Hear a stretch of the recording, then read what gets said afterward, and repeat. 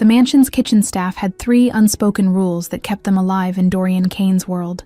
Never ask questions about the blood on his shirts, never enter the East Wing after midnight, and never, under any circumstances, go near Brutus. The Rottweiler had sent 2 trainers to the hospital and made a veteran handler quit the profession entirely within his first month at the estate.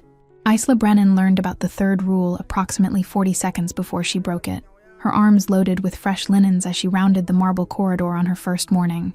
The head housekeeper's warning still hung in the air, when a sound like grinding metal mixed with primal fury erupted from behind the reinforced steel door ahead. She froze, watching the door shudder against its frame as something massive threw its weight against the barrier.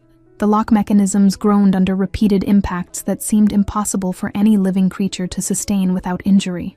"That's the boss's dog," whispered Margot, the senior maid who'd been assigned to train her. "Cost him $200,000 at some underground auction 3 years ago.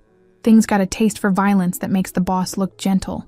The crashes stopped abruptly, replaced by something worse, absolute silence that felt predatory, as if whatever lived behind that door was now listening. Isla's fingers tightened on the linens, her heartbeat suddenly loud in her ears. Then came a sound she hadn't heard in 7 years, a specific pattern of breathing followed by a low whine that bypassed her brain entirely and struck somewhere deeper. Her hands went numb, the sheets tumbling to the polished floor in a cascade of white. "You all right?" Margot reached for her elbow, but Isla was already moving toward the door, her body operating on instinct that overrode common sense and self-preservation. The breathing pattern repeated, 3 short exhales, a pause, then a longer exhale that ended in that same distinctive whine. She'd heard it 1,000 times when Brutus was a puppy, always when he was anxious or seeking comfort in the small apartment she'd shared with her mother. "What are you doing?" Margot's voice pitched higher as Isla's hand found the door handle. "Are you insane? That animal will tear you apart before you can scream." But Isla was already turning the lock, her fingers trembling as 7 years of grief and desperate hope collided in her chest. The mechanisms clicked open with finality that felt like crossing a threshold from which there was no return. The door swung inward to reveal a space that resembled a luxury prison cell more than a dog's quarters. Reinforced walls, scratch marks gouged deep into custom woodwork, and a massive Rottweiler chained to a bolt in the floor. The dog's head snapped toward her, lips pulling back from teeth designed to crush bone. He was enormous, easily 130 pounds of pure muscle and controlled aggression, his black coat gleaming under recessed lighting that made the scars crossing his shoulders look like war paint. The characteristic rust-colored markings on his chest and paws were darker than she remembered, matured from puppy fuzz to adult intimidation. But it was the small scar above his left eye that made her knees buckle, a tiny imperfection from when he'd bumped into a coffee table corner at 8 weeks old, requiring 3 careful stitches from a veterinarian who'd worked on payment plans. She'd held him through that procedure, singing softly until his puppy whimpers subsided. "Brutus," she whispered, and the name felt like resurrection, like speaking life back into something she'd mourned as dead. The dog's snarl faltered, his massive head tilting with confusion that would have been comical if not for the very real danger radiating from every tense muscle. His ears, cropped into aggressive points by someone who'd understood his value as a weapon, twitched forward with something that looked almost like recognition. Behind her, Margot was calling for security, her voice panicked and distant, but Isla couldn't move, couldn't breathe, couldn't do anything except stare at the impossible reunion unfolding in this gilded cage. She'd searched for 6 months after the theft, posting flyers until her mother's death from cancer had consumed everything else. The Rottweiler took 1 step forward, chain rattling with the movement, his nose working to process her scent across the 15 feet separating them. Whatever he found there made his entire body language shift from attack-ready to something more complex, confusion mixing with an instinct he couldn't quite name. Somewhere in the mansion's depths, footsteps were approaching at a run, but Isla was already sinking to her knees on the cold floor, her voice breaking as she began to hum the lullaby her mother had taught her, the same melody that had soothed Brutus through thunderstorms and fireworks, and the general anxiety of puppyhood in a chaotic world. The melody emerged broken and rough, 7 years of grief sharpening its edges, but the core remained unchanged, a simple Irish lullaby her grandmother had carried across an ocean. Isla's voice cracked on the 3rd note, tears blurring her vision as she watched Brutus's massive body go completely still. His ears rotated forward with laser focus, the aggressive tension draining from his shoulders in a way that seemed to defy his conditioning. The chain went slack as he sat back on his haunches, his enormous head tilting further with canine bewilderment. She continued humming through her tears, muscle memory guiding her through verses she hadn't sung since the night before he disappeared from their apartment's tiny balcony. Someone had cut through the lock while she slept, professional enough to leave no trace except emptiness. Brutus's tail moved once, a tentative sweep against the floor that looked foreign on an animal trained for violence. His mouth closed, the display of teeth replaced by something softer, almost vulnerable, as if layers of brutal conditioning were peeling away with each note. What the hell is happening? The voice came from the doorway, male and carrying the kind of authority that expected immediate answers. Step away from that dog right now. Isla didn't turn, couldn't risk breaking whatever fragile connection was rebuilding between them. She transitioned from humming to soft words, the lullaby's Gaelic verses flowing despite her limited Irish, purely phonetic memory from childhood. Brutus rose slowly, his movements careful rather than aggressive, and began walking toward her with the chain dragging behind him. Each step was measured, cautious, as if he was approaching something sacred he couldn't quite believe existed. I said step away. The command was sharper now, closer, but still Isla remained frozen, her hands extending palm up in invitation as Brutus closed the distance to 10 feet, then 8, then 6. She could see the scars more clearly now, evidence of fights he'd survived or been forced into, marks of a life that had nothing to do with the gentle puppy who'd once fallen asleep in her lap. Rage flickered through her grief, hot and sudden, at whoever had done this to him. Brutus stopped 2 feet away, close enough that she could feel the heat radiating from his massive body. His nose extended toward her hands, nostrils flaring as he processed scent markers that shouldn't exist, that contradicted everything his violent world had taught him. The first touch of his wet nose against her palm sent electricity through her entire body. His eyes, deep brown and intelligent beyond any animal she'd encountered since, locked onto hers with recognition that transcended training or conditioning. "That's impossible," the male voice said, much quieter now, stripped of command and replaced with something like wonder. He tried to kill the last person who got within 8 feet of him. Isla's fingers found the scar above Brutus's left eye, tracing the familiar ridge of tissue with trembling gentleness.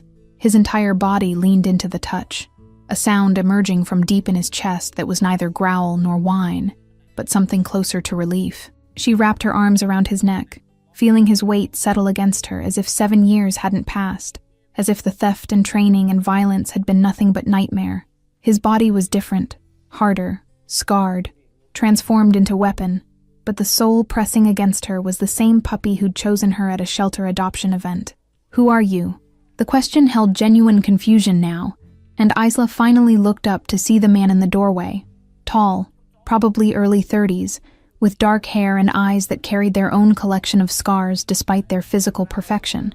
Dorian Kane looked exactly like the photographs she'd seen in the head housekeeper's briefing, dangerously handsome in the way of men who'd never had to ask permission for anything, dressed in casual clothing that probably cost more than her entire year's salary.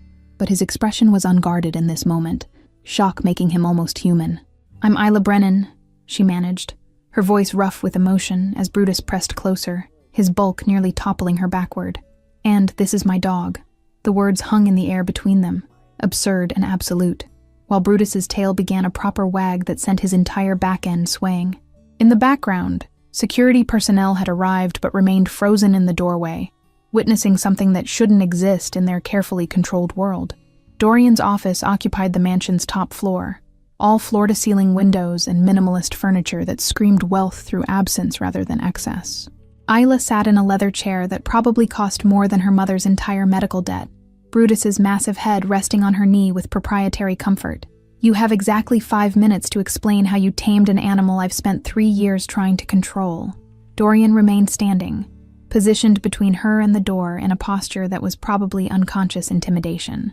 "And your story better be exceptional." She studied him properly now, noting the way his eyes tracked every movement she made with Brutus, analyzing and cataloging like a man who survived by reading threats before they materialized. His fingers drummed once against his thigh before going deliberately still. "I didn't tame him," Isla said, her hand moving in slow strokes down Brutus's scarred shoulder. "I raised him, from 8 weeks old until someone stole him from my apartment 7 years ago." Dorian's expression didn't change, but something flickered behind his eyes, calculation mixing with what might have been doubt. He moved to the window, staring out at Philadelphia's sprawling cityscape with his back to her, "I acquired Brutus from a private auction 3 years ago," he said, his tone carefully neutral. The seller claimed he came from Eastern European fighting rings, bred specifically for aggression and pain tolerance. Isla felt cold rage crystallize in her chest, sharpening her words. The seller lied. Brutus was born in a shelter in South Philadelphia. His mother was a Rottweiler mix who'd been rescued from a hoarding situation. "You can prove this?" Dorian turned back, and his eyes were different now, harder, focused with the intensity of someone who'd just identified a potential threat or opportunity. She lifted Brutus's right front paw, showing the pad that was slightly lighter than the others. He stepped on broken glass when he was 4 months old. The vet said the scar tissue would always be visible if you knew where to look. Dorian crossed the room in 3 strides, kneeling beside the chair with fluid grace that suggested combat training. He examined Brutus's paw with clinical precision, his fingers surprisingly gentle as they traced the scar tissue Isla had indicated. "The scar above his eye," Isla continued, "happened when he bumped into my coffee table at 8 weeks.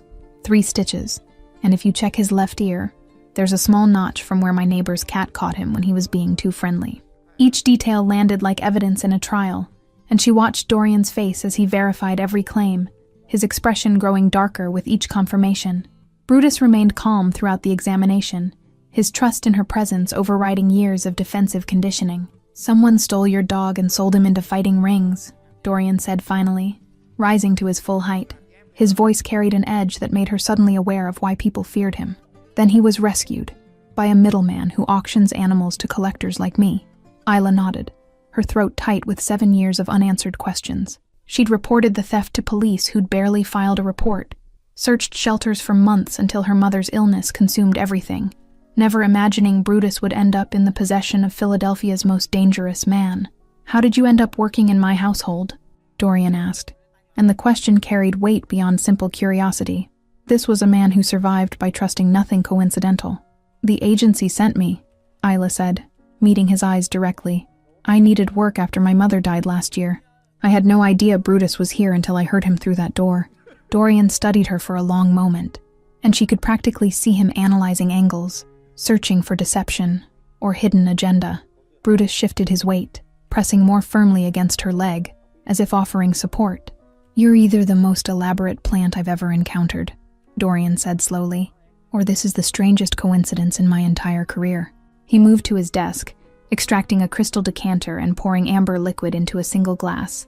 The silence stretched while he drank, his eyes never leaving her face.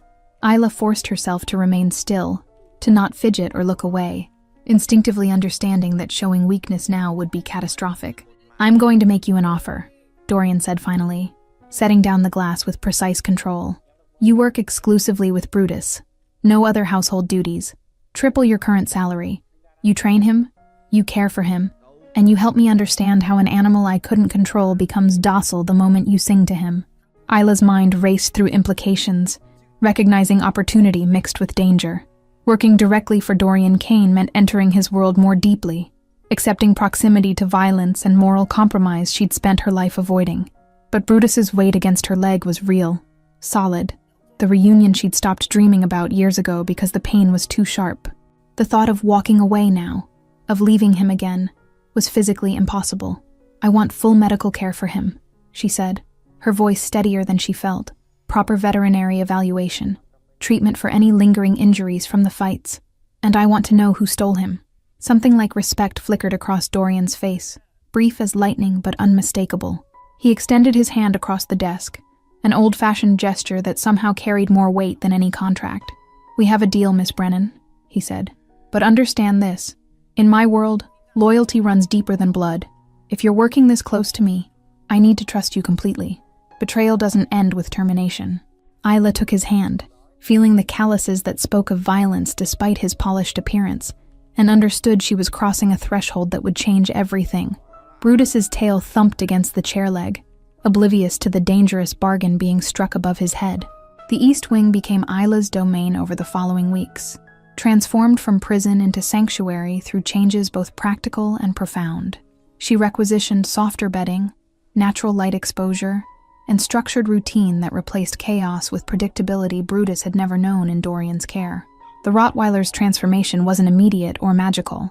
It was earned through patient hours of undoing damage that went bone deep. Each morning she arrived before dawn, sitting quietly in his space until he approached on his own terms, rebuilding trust that violence had shattered. Dorian watched from security cameras initially, Isla discovered when she noticed the lens adjustments tracking her movements.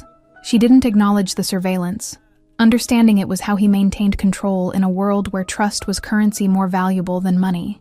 By the third week, Brutus was taking food from her hand without the aggressive resource guarding that had made feeding him dangerous. His weight increased as stress diminished, the hollows in his flanks filling out with proper nutrition and reduced cortisol. The physical changes reflected deeper healing, muscles relaxing from constant defensive tension into something approaching normal canine existence. She introduced enrichment activities that engaged his intelligence rather than just his aggression, puzzle feeders that required problem-solving, scent work that utilized his natural tracking abilities, games that rewarded gentle behavior over violent responses. His eyes began to brighten with curiosity that had been beaten out through brutal conditioning. Each small victory felt monumental, proof that damage wasn't always permanent. The household staff stopped giving her wide berth by week 4, their fear replaced with fascinated observation of the impossible taming. Margot started bringing coffee to the East Wing, lingering to watch Brutus respond to commands in what looked like a completely different language than violence. Other staff members found excuses to pass by during training sessions, witnessing transformation that challenged their understanding of what was possible. Dorian's direct observations began during the second month, his presence announced by Italian leather shoes on marble floors, and the subtle shift in air pressure that preceded powerful men. He never entered Brutus's space initially, maintaining distance that respected boundaries while his dark eyes catalogued every interaction. His focus was absolute, studying her techniques with the same intensity he probably applied to business negotiations or tactical planning. "You're teaching him to be soft," Dorian said one morning, his tone unreadable as he watched Brutus roll onto his back for belly rubs. The words carried neither approval nor disapproval, just observation weighted with implications Isla was beginning to recognize. That's dangerous in my world. Vulnerability gets exploited. Gentleness gets mistaken for weakness. Isla continued her gentle strokes along Brutus's scarred abdomen, not looking up immediately. "I'm teaching him he doesn't have to be a weapon every moment of every day. There's a difference between soft and having the choice to be gentle." She finally met Dorian's gaze, holding it with confidence that surprised them both. Real strength includes knowing when violence isn't necessary. The silence that followed felt weighted with more than conversation about dog training. When she finally studied Dorian's face properly, something complex moved behind his eyes. Recognition, perhaps, or the uncomfortable mirror of seeing his own captivity reflected in animal form. His jaw tightened slightly, the only visible reaction to words that had clearly struck deeper than intended. "Show me," he said abruptly, gesturing toward the training equipment she'd installed. "Teach me what you're doing with him. I want to understand how you're achieving results that professional trainers with decades of experience couldn't manage." The request carried vulnerability that seemed foreign to his nature, admission that he didn't have all answers. The request surprised her more than anything he'd said since their deal was struck. Dorian Kane didn't ask for instruction. He commanded, controlled, dominated every space he occupied. Vulnerability wasn't in his vocabulary, yet here he was requesting guidance from a 20-year-old former waitress who'd stumbled into his world through impossible coincidence. Isla stood slowly, brushing dog hair from her jeans with deliberate movements that gave her time to process the shift in their dynamic. It starts with understanding that everything he does is communication. The aggression wasn't random. It was language. She moved to Brutus's side, demonstrating her posture and energy. Fear, pain, lack of control, all translated into violence because that was the only dialect he'd been taught by people who valued him as weapon rather than living being. She demonstrated basic calming signals, showing how Brutus responded to soft eye contact, slow movements, and the specific tone of voice that signaled safety rather than threat. Dorian absorbed the lesson with intensity that suggested he was learning more than just dog training, his focus absolute in the way of men who survived by gathering information others missed. "Your turn," Isla said, stepping back and gesturing for Dorian to take her place. She caught his momentary hesitation, so brief most people would miss it, before he moved forward with the decisive grace that characterized all his actions. The hesitation revealed more than confidence ever could. This man feared very little, but genuine connection apparently qualified as threatening. Brutus's ears flattened slightly as Dorian approached, his body tensing with muscle memory of masculine authority that historically preceded pain. The Rottweiler's eyes tracked to Isla, seeking confirmation or escape route with canine intelligence that understood power dynamics better than most humans. His breathing quickened, stress signals rippling through his massive frame despite weeks of rehabilitation. "Lower your shoulders," Isla instructed softly, moving closer to provide guidance.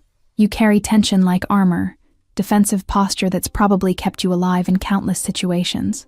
But he can feel it from 6 feet away and interprets it as threat, as precursor to violence based on everything his experience has taught him about men who stand like you're standing. Dorian's jaw tightened, visible effort required to relax the rigid posture that probably kept him alive in countless dangerous situations. His shoulders dropped fractionally, and Brutus's tail gave a tentative wag, responding to the subtle shift in energy. The change was minimal by external observation, but represented seismic internal adjustment for a man who'd built identity on appearing invulnerable. "Now offer your hand palm down, fingers loose and relaxed." No fist. Fists mean violence in his experience, precursor to pain every single time. Everything about your body language needs to communicate safety rather than dominance. Isla demonstrated the position, noting how Dorian studied her hand, like it contained secrets to languages he'd never learned to speak. Dorian extended his hand with surprising gentleness, mimicking her position with precision that spoke to his ability to adapt and learn. After a long moment of canine deliberation where Brutus's nose worked to process contradictory information, the dog stretched his neck forward to sniff. The contact lasted only seconds before Brutus retreated, but triumph flashed across Dorian's face with unexpected boyishness that transformed his usually controlled features. "He's never let me touch him voluntarily," Dorian said, wonder softening his usually controlled voice into something almost vulnerable. "3 years of trying everything I knew, every technique professional handlers suggested, thousands spent on training programs that failed, and you've accomplished in weeks what I couldn't manage in years." The admission cost him something, visible in the tightness around his eyes. Isla watched something shift in the dynamic between man and animal, recognizing the precise moment when Dorian stopped seeing Brutus as weapon or possession and started seeing him as living being capable of choice and trust. It was the same shift she needed Dorian to make about his own humanity, about the difference between surviving through force and actually living through connection. Isla began her private investigation on a Wednesday, using her afternoon break to access the mansion's business office under the pretense of reviewing her employment contract. The administrative assistant, a nervous young man named Timothy, barely glanced up as she settled into a corner desk with laptop and carefully casual demeanor. Her heart hammered against ribs, but her expression remained professionally neutral, a skill she'd developed through years of service work. The mansion's records were surprisingly accessible once she understood the filing system. Dorian's confidence in his security apparently extended to assuming no household staff would dare snoop through documents. She found the acquisition documents for Brutus within an hour, buried in a folder labeled Asset Acquisitions 2022, alongside artwork purchases and real estate holdings. The casual categorization of her stolen dog, alongside inanimate objects, made rage simmer low in her stomach. The auction house name meant nothing initially. Meridian Estate Sales, operating out of a warehouse district address that could have been anywhere in Philadelphia's industrial zones. But the seller's name made her hands shake so badly she nearly dropped her phone. Carson Webb, listed as procurement specialist with a local phone number still in active service. The same Carson Webb who served as Dorian's director of security operations. Trusted position with access to everything. She photographed the documents with trembling fingers, capturing every detail including the purchase price that made her nauseous. $200,000 for a dog stolen from a grieving teenager's balcony, transformed into commodity through violence and exploitation. The number represented more money than her mother had earned in 5 years of exhausting work before cancer consumed everything. Timothy's sudden throat clearing made her jump, guilt flashing hot across her face before she controlled it. But he was only warning her that Margot was approaching down the hallway, giving her precious seconds to close the files and pull up the generic employment handbook. Her pulse gradually slowed as Margot passed without incident, chatting on her phone about dinner plans that felt absurdly normal against Isla's churning discovery. That evening in Brutus's space, she searched Carson Webb's name and found a LinkedIn profile showing him as Director of Security Operations for Kane Industries, Dorian's legitimate business front. The man who'd sold Dorian his own stolen dog worked directly for him in position of significant trust, had access to everything from financial records to personal schedules. The betrayal's scope expanded with each detail she uncovered, revealing operation far more sophisticated than simple theft. Her fingers buried in Brutus's fur as rage crystallized into something colder and more focused than simple anger. Carson hadn't just stolen a dog 7 years ago. He'd built an entire side business trafficking animals while drawing substantial salary from the man he was systematically betraying. The audacity was staggering, the cruelty casual in ways that suggested this wasn't aberration but core character trait. "You're thinking loud thoughts," Dorian's voice came from the doorway, making her start, despite weeks of growing accustomed to his unannounced observations. His ability to move silently through his own mansion was unsettling, product of skills she didn't want to examine too closely. "What did you discover that's making your breathing change and your shoulders tense like you're preparing for confrontation?" Isla's mind raced through options faster than conscious thought. Lie and protect herself from entanglement in his dangerous world. Tell truth and risk variables she couldn't control. Or some middle path that might serve justice without triggering the violence she knew he was capable of. She studied Dorian's face in the low lighting, searching for clues about which version of him stood in the doorway. The careful teacher of gentle handling, or the ruthless crime lord. "I found the acquisition documents for Brutus," she said finally, choosing honesty weighted with careful calibration. "The auction house details, the seller's name, the complete paper trail of how he ended up in your possession. I wanted to understand the full scope of what happened, needed to know who took him from me, and how the theft connected to everything that came after." Dorian entered fully, closing the door behind him with quiet finality that changed the room's entire energy. His expression was unreadable in the way she'd learned meant deep calculation occurring beneath surface calm, deciding in real time how to respond to information that shifted their established dynamic. Tension coiled in his shoulders despite weeks of her teaching him to recognize and release defensive posture. "And what did these documents tell you?" His voice carried dangerous curiosity, the precise tone of man deciding whether witness becomes accomplice or liability in his world. He moved closer, not threateningly, but with predatory awareness that made her conscious of every escape route and barrier. The question held layers, testing her honesty, her intelligence, her understanding of the dangerous ground she'd chosen to walk. Isla met his eyes directly, refusing to show the fear pumping adrenaline through her veins despite every survival instinct screaming to back down. "That Carson Webb sold you my dog 3 years ago for $200,000. That he's still on your payroll in a position of significant trust with access to sensitive information. That the man you rely on for security has been running operations directly under your nose, while you paid him handsomely for the privilege." The silence stretched so long she could hear her own heartbeat, could feel Brutus's confusion at the tension suddenly filling his carefully constructed safe space. Dorian's face remained perfectly neutral, but his hands curled into fists before deliberately relaxing, conscious control that spoke to the rage he was containing. When he finally spoke, his voice was deadly quiet in the way that was infinitely more frightening than shouting. "You've done background research on my security director," he said slowly, each word precise as surgical instrument cutting through pretense. "Accessed files you had no authorization to view, investigated a man who has resources and willingness to eliminate problems permanently. That's either remarkably brave or catastrophically stupid, and I'm genuinely uncertain which assessment is accurate." "It's neither," Isla countered, her voice steadier than her nerves justified. "It's necessary. You asked me to help you understand Brutus, to explain how an animal conditioned for violence could choose gentleness instead.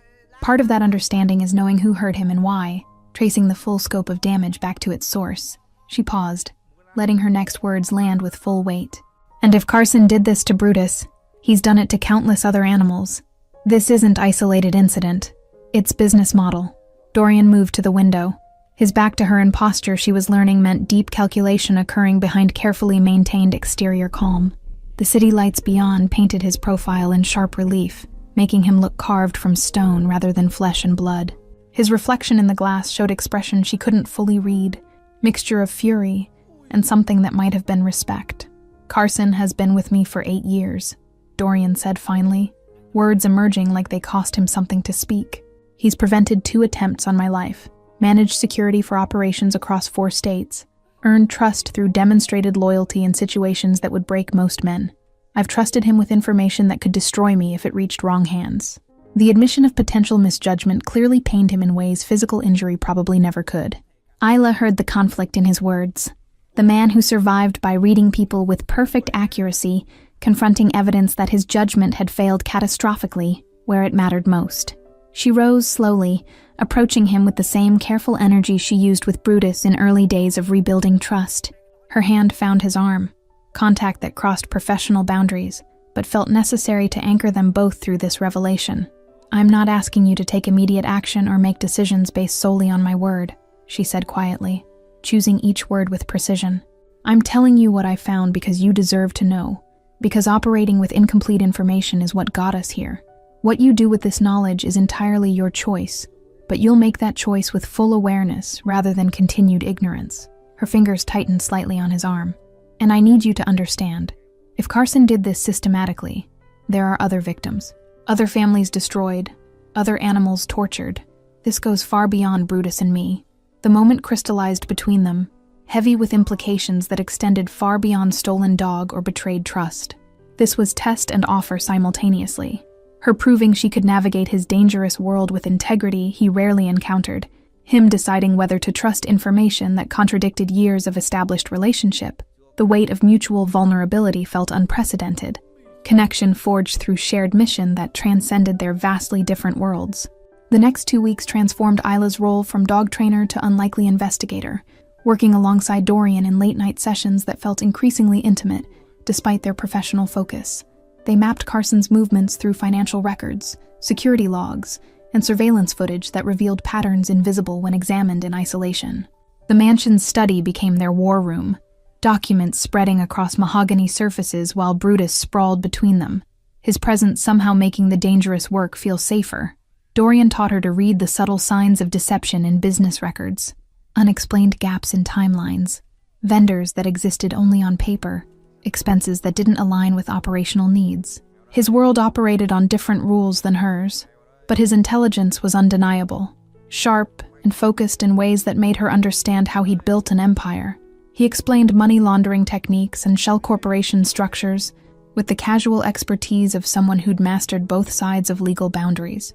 She contributed perspective he lacked, the human element of trafficking operations, the way stolen pets moved through underground markets, the specific red flags in Carson's documented animal acquisitions that Dorian's financial focus had missed. Together they built a case that became irrefutable, each piece of evidence connecting to form picture of systematic betrayal spanning years.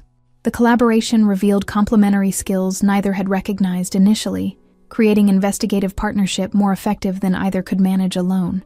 "He's been running the operation for at least 6 years, Dorian said one night, his voice tight with controlled fury as new evidence emerged from encrypted files they'd finally cracked. "Using my resources, my reputation, my infrastructure to traffic animals across state lines for fighting rings and private collectors. Every acquisition I authorized for legitimate security purposes, he corrupted into cover for his side business." His fist came down on the desk hard enough to make Brutus's ears twitch. Isla watched anger transform his features, making him look dangerous in ways that should have frightened her, but somehow didn't anymore. She'd learned to distinguish between his capacity for violence and his choice to employ it, a distinction she suspected few people in his life understood or even recognized as relevant. The fury in his eyes was righteous rather than casual, directed at genuine betrayal rather than mere inconvenience. The breaking point came when they discovered Carson's personal financial records through methods Isla didn't ask about, and Dorian didn't explain. Accounts in the Cayman Islands showing deposits totaling over $2 million, all traceable to animal trafficking operations that had destroyed countless lives beyond just Brutus. The scope was staggering, revealing enterprise that had flourished under Dorian's nose while he'd trusted completely. Each transaction represented animal stolen, family devastated, life destroyed for profit.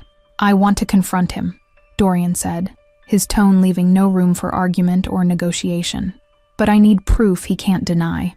Evidence so solid he'll confess just to maintain some illusion of control over his own exposure. Carson's smart enough to have contingency plans, insurance policies against exactly this scenario." His fingers drummed against the desk, strategic mind already working through possibilities. "If we move too soon, or without overwhelming proof, he'll activate whatever safeguards he's established." Isla's mind worked through possibilities. Understanding they'd reached the phase where planning became action, and theory transformed into confrontation. Her hands found Brutus's ears, seeking comfort in his solid presence as she voiced the dangerous idea forming. The Rottweiler leaned into her touch, grounding her through contact as she prepared to suggest something that would put them all at risk. "Use Brutus as bait," she said quietly, the words emerging despite every self-preservation instinct screaming to stay silent. "Carson doesn't know I've reconnected with him. Doesn't know the dog he sold you is actually mine. He thinks Brutus is just another of your assets, another weapon you've acquired and failed to control properly. Set up a meeting about acquiring another animal, something rare and expensive enough to make Carson handle it personally, rather than delegating to subordinates." Dorian's eyes sharpened with predatory interest, his mind clearly racing ahead to see the plan's full potential. "And you'll be there with Brutus, ostensibly demonstrating the training techniques you've been using. When Carson sees the dog responding to you with recognition and trust, he'll panic." His voice gained momentum as strategic possibilities unfolded. He might reveal information trying to explain away the connection, or his reaction alone will confirm guilt in ways that can't be walked back. "More than that," Isla continued, warming to the plan despite its risks, despite the way it would put her directly in Carson's crosshairs. "I'll pretend to be a potential buyer you're vetting, someone interested in acquiring trained protection animals through legitimate channels. Carson won't recognize me. I was 13 when he stole Brutus, probably just another face in whatever operation he was running back then. My appearance has changed enough that unless he's expecting me specifically, I'll register as stranger." Her pulse accelerated with combination of fear and determination. The silence that followed felt charged with possibility, and danger equally balanced, like standing at cliff edge deciding whether to jump. Dorian studied her with intensity that made her skin warm, his gaze cataloging not just her words but motivations beneath them, reading her with the same precision he applied to business negotiations. His focus was absolute, making her feel simultaneously exposed and seen in ways she'd never experienced. "This puts you directly in potential danger that I can mitigate but not eliminate entirely," he said finally, and the concern in his voice felt genuine rather than strategic. "Carson isn't just a thief operating on small scale. He's eliminated problems before when his operations were threatened. If he feels cornered, his response won't be civilized conversation or negotiated settlement. He'll escalate to violence without hesitation if he perceives existential threat." The warning carried weight of experience, of understanding exactly how dangerous men operated when desperate. Isla straightened her spine, meeting his concern with resolution she'd been building through weeks of reclaiming power stolen along with her dog. "I've been in danger since the moment I recognized Brutus and started asking questions that threatened Carson's operation. At least this way, I'm choosing to face it rather than waiting for it to find me on his timeline." Her voice carried conviction that surprised them both. "I spent 7 years feeling powerless about what happened. I'm done with powerless." Something shifted in Dorian's expression, admiration mixing with what might have been affection, though she didn't trust herself to name it accurately given their complicated dynamic. His hand reached out, hovering near her face before dropping, the almost touch somehow more intimate than actual contact would have been. The air between them felt charged with electricity, tension that had nothing to do with investigation or revenge, and everything to do with connection they'd been dancing around for weeks. "You're nothing like I expected when you first walked into Brutus's space," he said softly, words carrying weight beyond their surface meaning. "When you entered my life through sheer coincidence, I thought you'd be another complication to manage, another variable requiring control. Instead, you're someone who challenges everything I thought I understood about strength and vulnerability." His eyes held hers with intensity that made breathing difficult. "You've made me question whether the walls I've built for protection are actually prison keeping me isolated from anything real." The confession hung between them like physical presence, raw honesty that seemed foreign to a man who'd built empire on calculated control.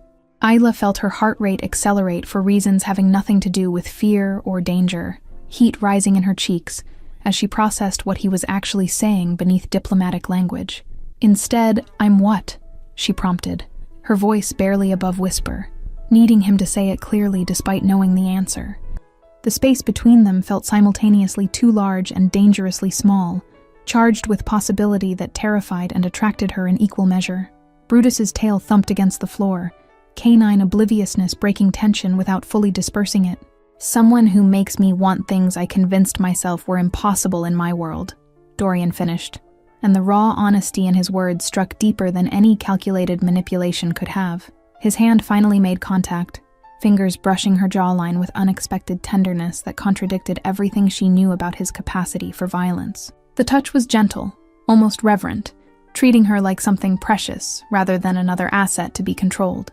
Brutus shifted position, pressing against both their legs with satisfied grunt that suggested he approved of developments, even if he couldn't articulate why. They both looked down at him, then back at each other, and Isla saw her own confusion and desire reflected in Dorian's dark eyes. The moment balanced on knife edge between professional distance and something far more dangerous. "We should focus on Carson," she said, but her words lacked conviction, heart hammering against ribs as Dorian's thumb traced her cheekbone with deliberate slowness. The suggestion felt hollow, even as she spoke it, transparent attempt to retreat from intimacy that terrified her with its intensity. Yet she didn't pull away, didn't create distance her words suggested she wanted. "Yes," he agreed, but neither of them moved, the space between them collapsing with gravitational inevitability. Neither seemed willing or able to resist. His other hand found her waist, pulling her closer with confidence that should have been presumptuous, but felt inevitable. "We absolutely should maintain professional focus on the investigation and upcoming confrontation with Carson." His lips brushed hers with question rather than demand, giving her space to retreat if she chose while making his intentions crystalline. Isla's hands found his chest, feeling his heartbeat accelerating to match her own frantic rhythm, and she made her choice by closing the remaining distance between them. The kiss deepened with mutual hunger that had been building through weeks of careful collaboration and growing trust. The warehouse Carson had chosen for the meeting sat in Philadelphia's industrial district, exactly the kind of location where questions went unasked and screams went unheard. Isla arrived 30 minutes early with Dorian, watching from a surveillance van as Carson's Mercedes pulled into the loading dock with practiced precision. Her hands trembled slightly as she adjusted the wire hidden beneath her blouse, the tiny microphone feeling like a bomb against her skin. Dorian's security team had swept the location twice, identifying exits and potential ambush points with military efficiency she found both reassuring and terrifying. He sat beside her now, his presence radiating controlled tension as he watched Carson emerge from the vehicle alone. "If anything feels wrong, you abort immediately," he said quietly, his hand finding hers in the darkness. "No heroics, no pushing through discomfort. Your safety matters more than any confession we might extract." She nodded, but they both knew she wouldn't retreat once the plan was in motion. Too much momentum, too many years of powerlessness driving her forward. Brutus sat at her feet, unusually alert, as if sensing the importance of what was about to unfold. His training over recent months had prepared him for exactly this scenario, though he couldn't possibly understand the justice about to be served. Carson entered the warehouse through the main door, his confidence evident in every movement as he surveyed the space he'd selected. He was younger than Isla expected, mid-30s, conventionally attractive in the way of men who relied on charm to obscure calculation. His expensive suit and casual posture suggested someone comfortable in his deception, someone who'd never seriously considered being caught. "Time to move," Dorian said, squeezing her hand once before releasing it. "Remember, you're Helena Cross, potential buyer from Boston interested in acquiring trained protection animals for your security company. Keep him talking. Let his own arrogance do the work." His eyes held hers for a long moment, conveying more than words could about his concern and trust simultaneously. Isla exited the van with Brutus on a professional lead, her stride confident despite her racing heartbeat. She dressed the part, tailored pantsuit that suggested wealth without ostentation, her hair pulled back severely to age her appearance beyond her 20 years. The transformation felt like armor, protecting her real self while the persona of Helena Cross took center stage. Carson's eyes tracked her approach with professional assessment, no flicker of recognition crossing his features. Why would there be? She'd been a child when he'd stolen Brutus, gangly and grief-stricken. Nothing like the composed woman walking toward him now. His gaze shifted to Brutus, and something predatory sparked in his expression before professional neutrality reasserted itself. "Ms. Cross, I presume." Carson extended his hand with practiced charm. "Carson Webb, Director of Security Operations. Mr. Kane speaks highly of your organization's reputation in the Boston market. I understand you're looking to expand your protection animal program with specifically trained Rottweilers." His handshake was firm without being aggressive, perfectly calibrated to establish rapport without threatening dominance. "That's correct," Isla replied, keeping her voice pitched slightly lower than natural. adding imaginary Boston accent she'd practiced for hours. "I've heard your acquisition network is unparalleled for finding animals with the right temperament and training potential. Specifically, I'm interested in understanding your sourcing methods and quality control processes." She let Brutus sit at her side, his perfect obedience a testament to their rebuilt connection. Carson's eyes lingered on Brutus with appreciation that made her stomach turn. "That's a magnificent specimen you have there. May I?" He gestured toward the Rottweiler, already reaching out before she could respond, confidence suggesting he'd handled countless dogs without consequence. "He's particular about strangers," Isla warned, but didn't stop Carson's approach. This was the moment they'd planned for, the catalyst that would reveal everything. Brutus remained perfectly still, his training overriding instinct as Carson's hand extended toward his head. The Rottweiler's lips pulled back in silent snarl, his entire body going rigid with recognition that transcended time. His eyes fixed on Carson with intensity that was unmistakably personal, not the generalized wariness of trained protection animal, but specific memory of trauma inflicted. The growl that emerged was low and promising violence, vibrating through his massive chest. Carson jerked back, surprise breaking through his professional composure. Interesting reaction. Usually takes longer for aggression to surface with proper handling. He studied Brutus more carefully now, his eyes narrowing with something that might have been recognition, beginning to surface through years of separation. "He only reacts that way to people who've hurt him before," Isla said quietly, dropping the accent and watching Carson's face for the moment of realization. "Specifically, people who stole him from his home when he was a puppy, sold him into fighting rings, and turned him into weapon instead of companion." She let the words land, each one a hammer blow against his constructed reality. Carson's expression transformed in slow motion, confusion giving way to recognition, then calculation as he assessed his exposure and options. His hand moved toward his jacket, and suddenly Dorian's security team materialized from positions Carson hadn't noticed, weapons trained with professional precision. "I wouldn't," came Dorian's voice from the warehouse entrance, his tone promising consequences beyond imagination. Dorian walked forward slowly, each step deliberate as Carson's eyes darted between exits now blocked by armed personnel. 8 years, Carson. 8 years I trusted you with everything while you built your trafficking empire using my resources, my reputation, my protection. And the beautiful irony is that the dog you sold me for $200,000, the one acquisition I authorized without question because you said he was special, turned out to be exactly right." Carson's face had gone pale, but his mind was clearly racing through explanations and escape routes. "I can explain, boss. This is misunderstanding. That dog came through legitimate channels, documented sale from Eastern European breeder. I've got paperwork proving provenance." His voice carried desperation now, the smooth charm evaporating under pressure. "The paperwork you forged," Isla said, pulling documentation from her jacket. "Like these records showing 19 other animals trafficked through your network in the last 3 years. Or these financial statements from your Cayman accounts showing over $2 million in deposits from fighting rings across 4 states. Or testimony from 3 other families whose pets disappeared and ended up in your pipeline." Her hands shook with controlled rage as she laid out evidence that couldn't be explained away. The color drained completely from Carson's face as the scope of his exposure became undeniable.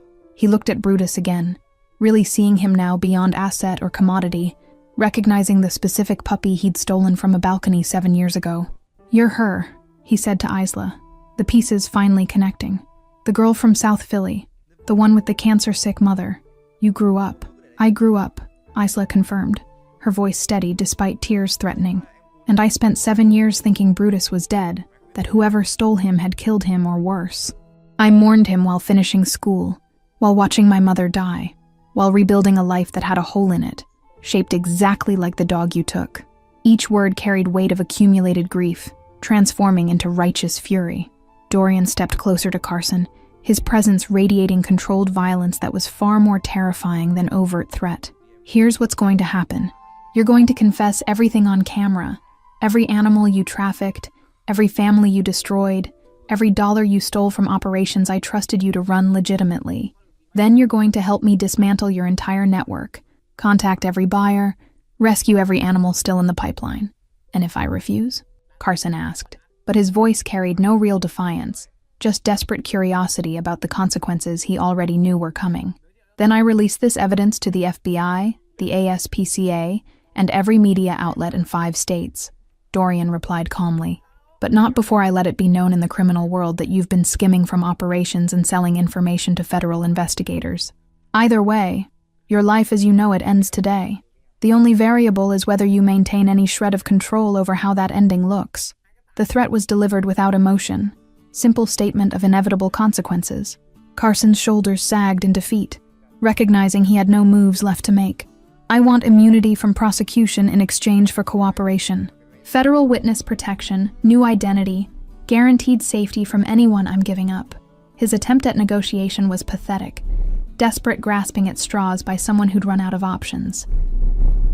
You get to live, Dorian said flatly. That's the only guarantee I'm offering. You cooperate fully. You help rescue every animal still trapped in your network. You testify against everyone you've worked with, and in exchange, I don't let Brutus finish what his instincts are telling him to do right now. As if on cue, the Rottweiler's growl deepened, his entire focus locked on Carson with predatory intensity that promised violence if given opportunity. The recording equipment captured everything. Carson's detailed confession spanning 90 minutes, naming buyers and suppliers and middlemen across elaborate network that had destroyed countless lives for profit. Isla sat with Brutus throughout, her hand in his fur grounding them both as justice finally arrived. When Carson finished, federal agents who'd been coordinating with Dorian moved in to take custody, beginning process of dismantling operation that had flourished too long in darkness. The mansion felt different in the days following Carson's arrest, as if the exposure of betrayal had somehow purified the air itself. Isla sat in Brutus's space, with late afternoon sunlight streaming through windows Dorian had ordered enlarged, watching dust motes dance in golden beams, while the Rottweiler sprawled across her lap with contentment that seemed impossible mere months ago.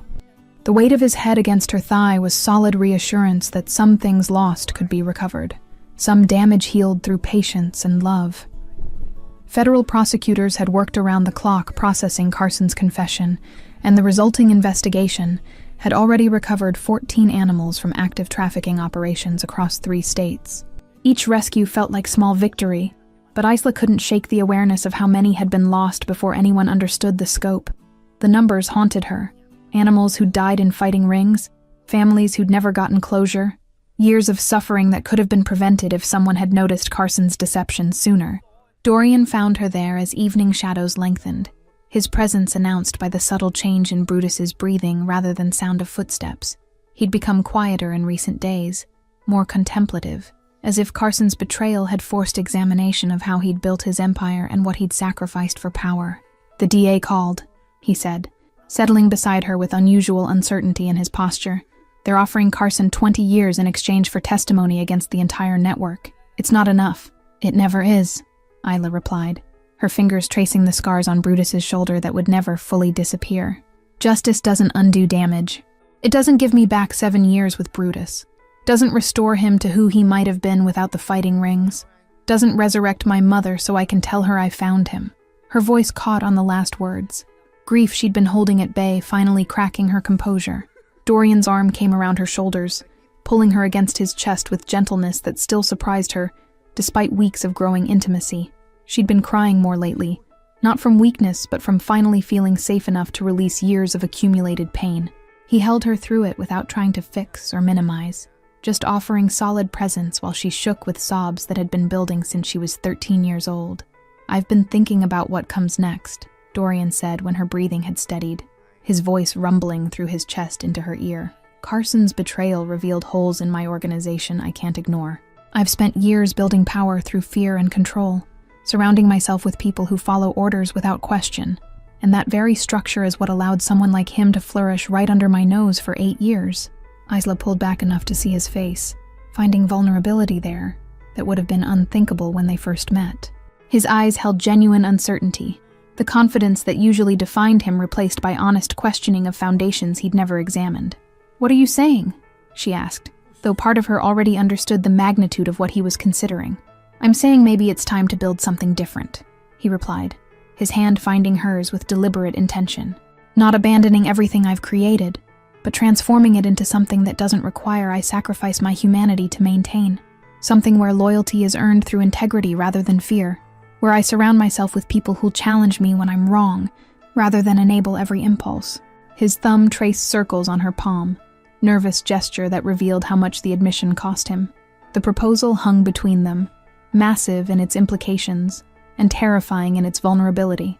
Isla studied his face, searching for signs of manipulation or tactical positioning, but found only genuine desire for transformation. "That's not a small change," she said carefully. "That's rebuilding your entire world from foundation up. Are you prepared for what that means? The resistance you'll face from people invested in current structure?" "I don't know," Dorian admitted, and the honesty was more compelling than any confident assertion could have been.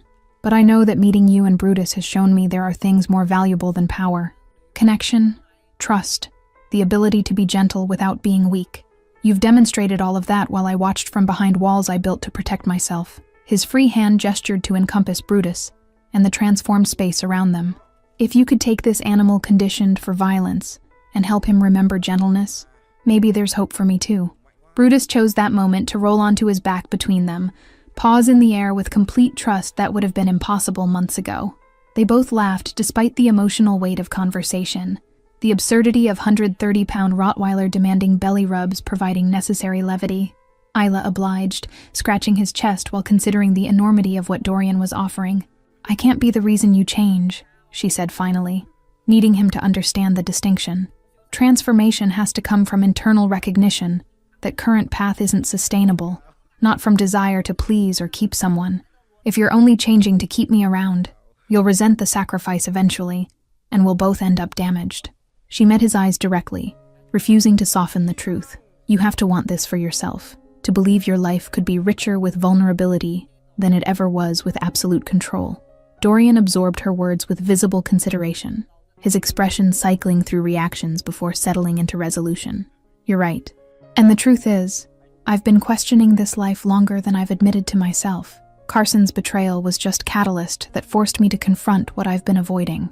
I'm lonely, despite being surrounded by people, isolated despite my power, going through motions of existence without actually living." He paused, vulnerability making his next words emerge rough. "I've built a prison, and convinced myself it was a kingdom."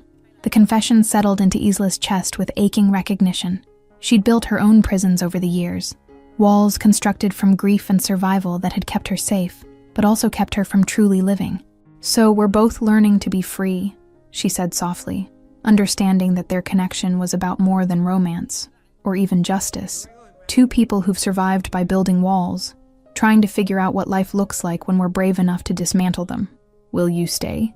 Dorian asked, and the question carried layers beyond simple living arrangements. "Not as employee or obligation, but as partner in building whatever comes next. I can't promise I'll get transformation right, can't guarantee I won't slip into old patterns or make catastrophic mistakes, but I'm asking if you're willing to navigate that uncertainty with me, to help me become someone worthy of the trust you and Brutus have placed in me." Isla felt tears threatening again, but these were different. Hope mixing with fear, possibility tangling with very real awareness of risks involved. Loving someone like Dorian meant accepting he had past that couldn't be erased, capacity for darkness that wouldn't disappear through good intentions alone.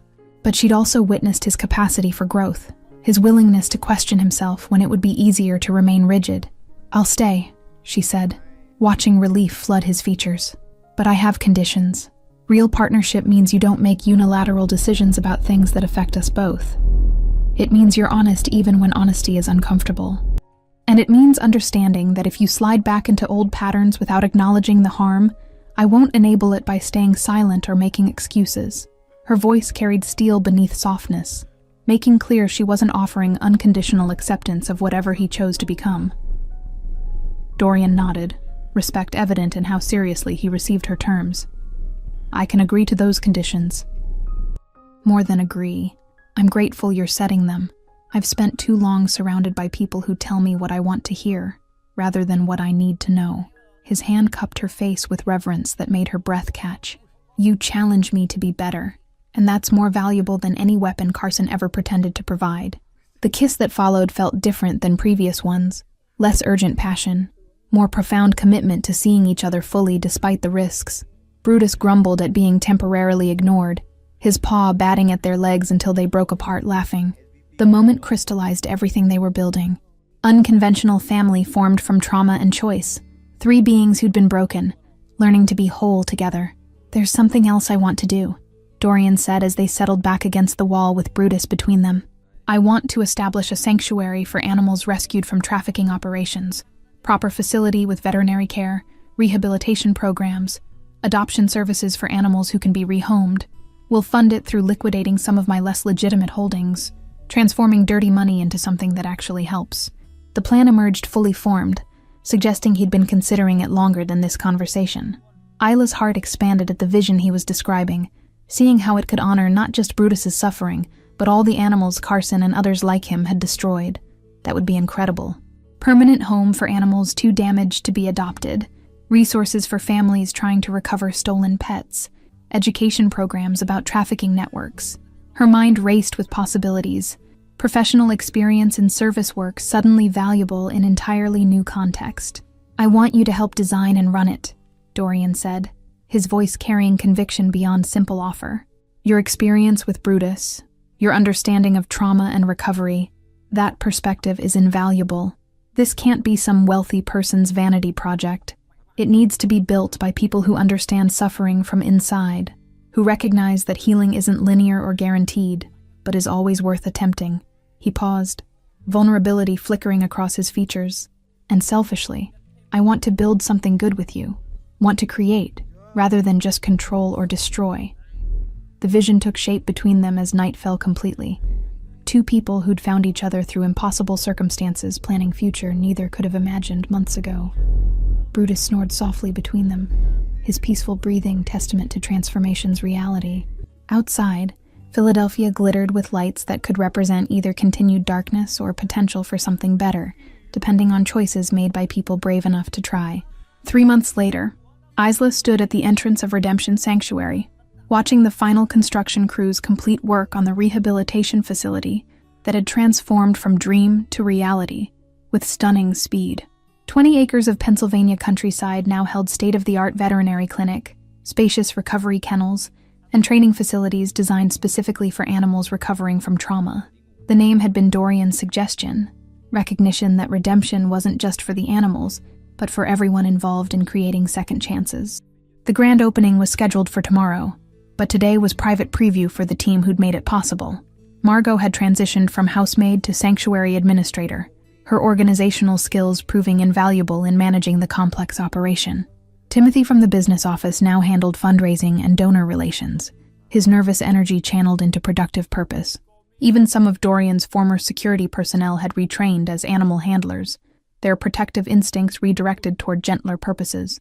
Dorian found her watching the sunset paint the facility's main building in golden light, his arms sliding around her waist with familiarity that still sent pleasant shivers through her body. "Nervous about tomorrow?" he asked, though his tone suggested he already knew the answer. His transformation over recent months had been remarkable, still decisive and commanding when necessary, but tempered with humility that made his leadership more effective rather than less. "Terrified," Isla admitted, leaning into his warmth. "What if we can't help them all? What if the animals are too damaged, or we make mistakes that cause more harm, or the funding doesn't sustain long-term?" Her fears tumbled out in rush of words, vulnerabilities she'd learned to voice rather than hide. Their relationship had been built on honesty, even when honesty was uncomfortable. "Then we learn and adjust," Dorian replied with calm confidence she'd learned to trust. "Perfection isn't the goal. Sustained effort toward something better is what matters. We'll make mistakes. Some animals won't recover as we hope, but that doesn't negate the value of trying." His words reflected hard-won wisdom from his own transformation, from learning to accept imperfection while still striving for growth. Brutus bounded toward them across the main yard, his gait easy and joyful, in ways that would have seemed impossible during his days of violence. He'd become the sanctuary's unofficial mascot, his story of recovery inspiring donors and volunteers who saw proof that even severe damage could heal with patience and love. Other dogs now played beside him, rescues from Carson's network and other trafficking operations that had been exposed in widening investigation. The sight of Brutus playing with a young German shepherd who'd been rescued from fighting Ring just weeks ago made Isla's throat tight with emotion. The shepherd, named Hope by the intake team, had been nearly catatonic when she arrived, unresponsive to human contact and aggressive toward other animals. But Brutus had somehow reached her, his own history of trauma creating bridge where human attempts had failed. Now she romped beside him with tentative joy, learning that life could include play instead of just survival. "How many are we receiving tomorrow?" Dorian asked, watching the dogs with expression that revealed his own emotional investment in the sanctuary's success. He'd poured not just money, but genuine commitment into the project, spending weekends helping with construction and evenings reviewing rehabilitation protocols with veterinary staff. 11, Isla replied, consulting the tablet she now carried everywhere. 7 dogs, 3 cats, and 1 rabbit, all recovered from trafficking networks in Pennsylvania and New Jersey. The rabbit's case is particularly heartbreaking. Stolen from a children's hospital therapy program and sold to someone who wanted exotic pet without understanding proper care. Her voice hardened with anger that no longer surprised her. Injustice didn't stop hurting just because you worked actively against it. Dorian's jaw tightened, his own anger controlled but evident. The person who bought the rabbit is facing charges? The question carried edge, suggesting he'd learned details she hadn't shared. His connections in law enforcement had proven valuable in coordinating rescues, though Isla sometimes worried about methods he used to acquire information. Yes, along with the middleman who facilitated the sale, Isla confirmed. The DA is using Carson's testimony to build cases against everyone in the network. It's a slow process, but we're seeing actual accountability. Mishi paused, studying his profile in fading light. You've been different lately, more patient with the legal process. A few months ago, I think you would have handled things more directly. A few months ago I would have, Dorian admitted without shame or pride, just acknowledgement of fact. But you've taught me that sustainable change requires working within systems even when they're frustratingly slow. Vigilante justice might feel satisfying in the moment, but it doesn't create lasting transformation. He turned to face her fully, his hands finding her waist. Besides, I have things worth protecting now. This sanctuary, our relationship, the person I'm becoming. Risking those for immediate satisfaction seems foolish. The kiss that followed was interrupted by Brutus shoving his massive head between them, demanding attention with typical lack of subtlety. They laughed, including him in their embrace, while Hope watched from safe distance, still learning that affection could be trusted. The moment felt perfect in its imperfection, messy and real, complicated and beautiful, exactly what life looked like when you chose vulnerability over control. As night fell, they walked the sanctuary grounds together, Brutus and Hope trailing behind with growing pack mentality. Dorian pointed out details of the design, drainage systems to prevent flooding, soundproofing and recovery areas to reduce stress, outdoor spaces sized for different activity levels. His pride in the project was evident, transformation from man who'd built empire through fear to someone creating legacy of healing. I've been thinking about my other businesses, Dorian said, as they reached the overlook that provided view of entire property. Not everything I've built can or should be transformed, but there are operations I can divest from, things that cause harm even if they're profitable.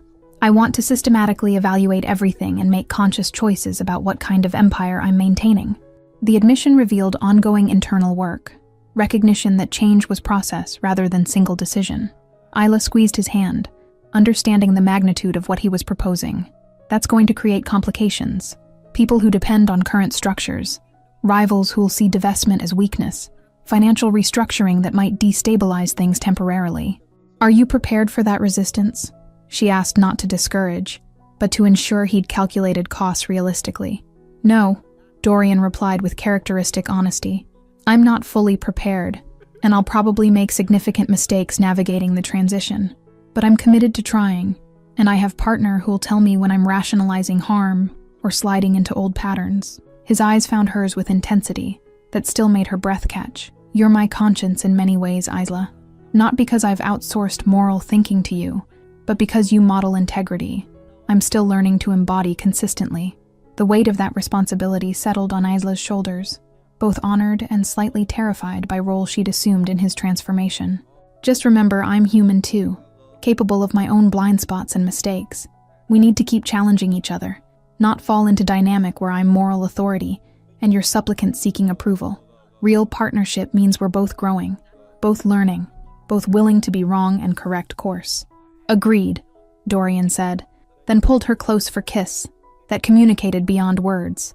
Gratitude and desire, commitment and uncertainty, love that was choosing to be brave despite reasonable fears.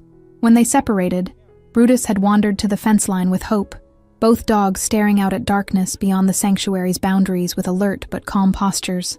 "They're guarding us," Isla observed, warmth flooding her chest at the sight. Brutus protecting the space that saved him, teaching Hope that security doesn't require violence, just presence and awareness. The symbolism wasn't lost on her. They were all learning new ways to be strong, discovering that gentleness required more courage than aggression ever had. The grand opening the next day exceeded every expectation, with donors and media coverage generating support that would sustain operations for years. Families who'd lost pets to trafficking networks toured the facilities with tears of gratitude, seeing concrete evidence that their suffering had catalyzed meaningful change. Volunteers signed up in droves, inspired by Brutus's story and the possibility of contributing to redemption rather than just witnessing tragedy. Isla gave a speech that was supposed to be brief, but became extended meditation on loss, recovery, and the choice to believe healing was possible even when evidence suggested otherwise. She spoke about finding Brutus against impossible odds, about Dorian's willingness to question everything he'd built, about the animals who deserved second chances they'd never received under previous systems. Her voice cracked multiple times, but she powered through with determination that had sustained her through years of grief. Dorian stood at the back of the crowd, watching with expression that revealed pride and love in equal measure. When she finished to thunderous applause, he made his way forward and pulled her into embrace that felt like coming home. "You're remarkable," he whispered against her hair, words meant only for her despite public setting. "Everything about this, the sanctuary, the changes in my life, the hope I didn't know I needed, it all traces back to the moment you walked through that door and sang to a dog everyone said was beyond saving. We saved each other," Isla corrected, understanding that redemption had been a mutual process. Brutus brought us together, but we each made choices to believe in possibility of transformation. That's what this sanctuary represents, not just rescuing animals, but insisting that damage doesn't have to be permanent, that given proper support and genuine commitment, healing can happen even in most broken circumstances. As the evening celebration continued, Isla and Dorian slipped away to the quiet overlook where they'd stood the night before. The sanctuary glowed with lights below, symbolizing hope made tangible through collective effort and sustained commitment. Brutus and Hope joined them moments later, both dogs settling at their feet with contentment that spoke to security and belonging they'd never known before finding this place. "Thank you," Dorian said simply, his arm around Isla, as they watched their impossible dream function in reality.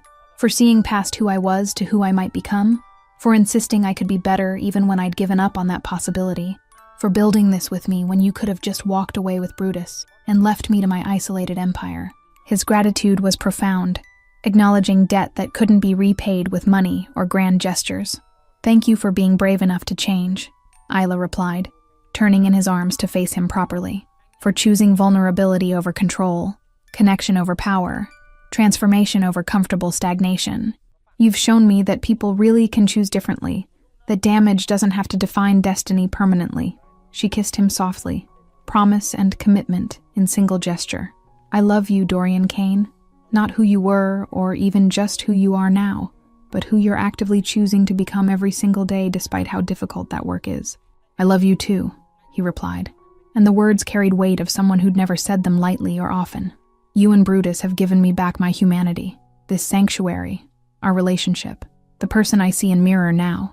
It's all proof that loyal love really can redeem even the most wounded souls." His reference to the sanctuary's founding principle made her smile, recognition that they'd all been wounded and were all healing together.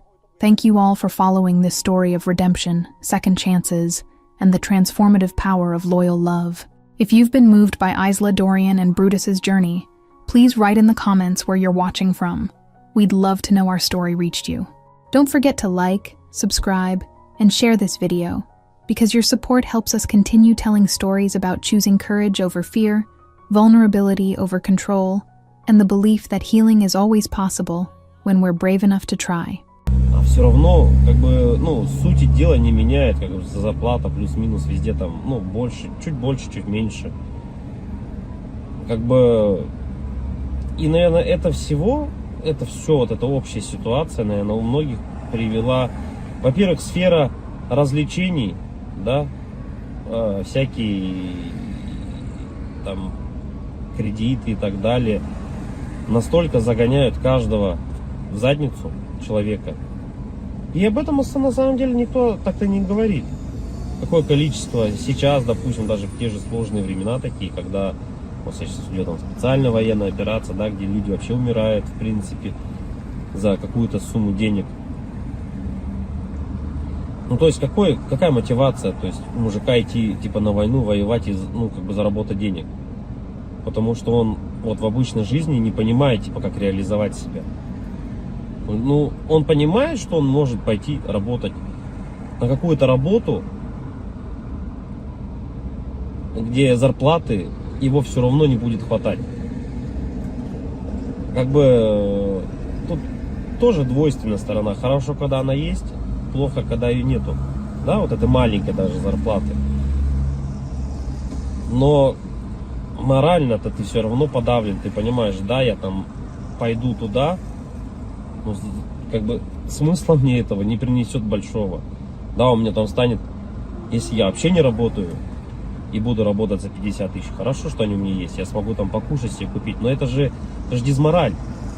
Когда ты заходишь в интернет и видишь, как люди там в Дубае летают, покупают себе огромное количество автомобилей какие-то, ну, много всего такого, что ты за эту зарплату себе никогда в жизни позволить не сможешь.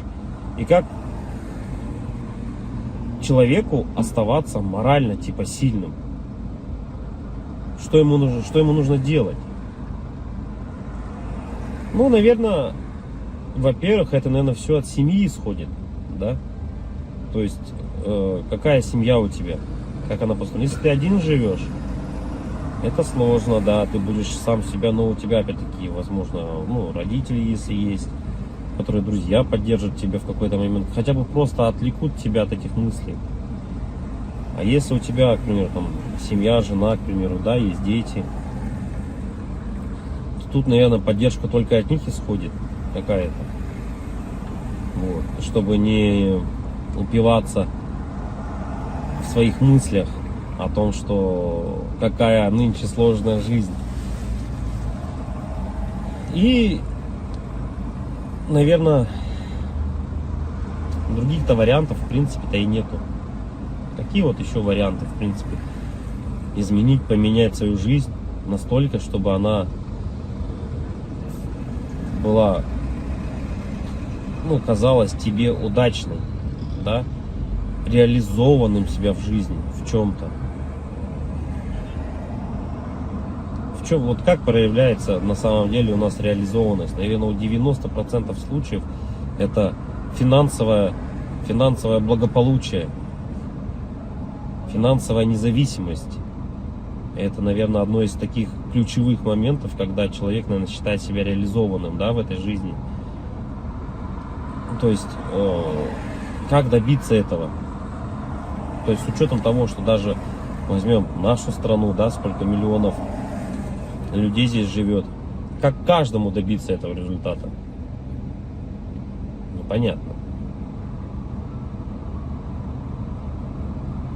И с каждым годом просто ситуация становится все хуже и хуже. Все дорожает, люди зарабатывают либо столько же. Ну, даже если они зарабатывают столько же, на самом деле этого все уже недостаточно.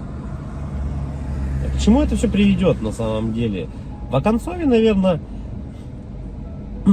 мир погрязнет в большую депрессию в какую-то. Какие-то войны, возможно, или еще что-то еще больше глобальных таких вещей, которые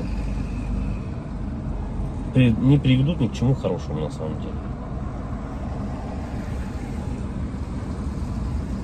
Поддержка каждого человека именно для того, чтобы он держался, наверное, морально, заключается в том, что, ну, наверное, дом, в который ты приходишь, должен быть крепостью твоей. Да, что это единственное должно быть место, где ты будешь чувствовать себя под защитой. Для этого было придумано, наверное, своя пещера изначально, потом свои какие-то чумы, палатки различные, да, потом все это превратилось, на данный момент это у нас дома, квартиры, в которые мы приходим и должны ощущать себя в безопасности, чтобы можно быть немного морально расслабленным с учетом того, что ты выходишь каждый день на работу, на улицу, и все равно давление вот это вот, оно все равно присутствует. Когда ты заходишь в магазин, видишь цены эти, да, и так далее, не можешь себе что-то там приобрести, позволить на ежедневной основе, это откладывает большой, наверное, отпечаток. Не, наверное, а точно. И поэтому, когда возвращаясь домой, ты чувствуешь, вот хотя бы есть типа уголок того места, куда ты можешь прийти.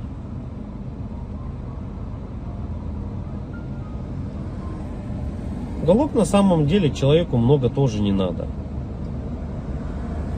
Можно хотеть большего, но на самом деле человеку одному много не надо. Да? Ему нужно спальное место, спокойное место, где можно подумать. Ну, это когда ты один, к примеру, да? Когда у тебя есть семья, к примеру, ты приходишь домой, опять-таки, тут хотя бы, да, поговорить о каких-то вещах. Просто об отрешенных вещах, наверное. И, возможно, при этих же условиях у тебя и появляется какая-то дополнительная мотивация для реализации себя. А когда у тебя нету ничего, вот это уже становится проблемой. И это у многих на самом деле. Что значит не иметь ничего?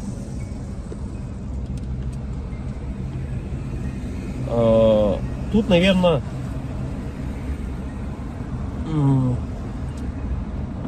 самое главное, дизмораль у человека еще возникает при том, что это уже, наверное, где-то в глубине души даже она возникает при даже хорошей финансовой подушке такой, которая у тебя есть, хороших финансовых деньгах, да, то есть, но нету вот внутреннего ощущения, к примеру, дружбы, семьи, любви и так далее. Это уже отдельно на самом деле разговор, потому что мы, вот, к примеру, можем взять, как сейчас вот Мелстрой, если кто-то смотрит, насколько тяжело обладать такими финансами и не иметь, по сути, ничего. Ни друзей, ничего не иметь. Так главное это получается для бедных главное деньги, для богатых главное какое-то внутреннее ощущение нужности, не из-за денег. Вот такой вот. И это борьба какая-то такая и вот эти два слоя общества, богатые и бедные, они друг друга не понимают.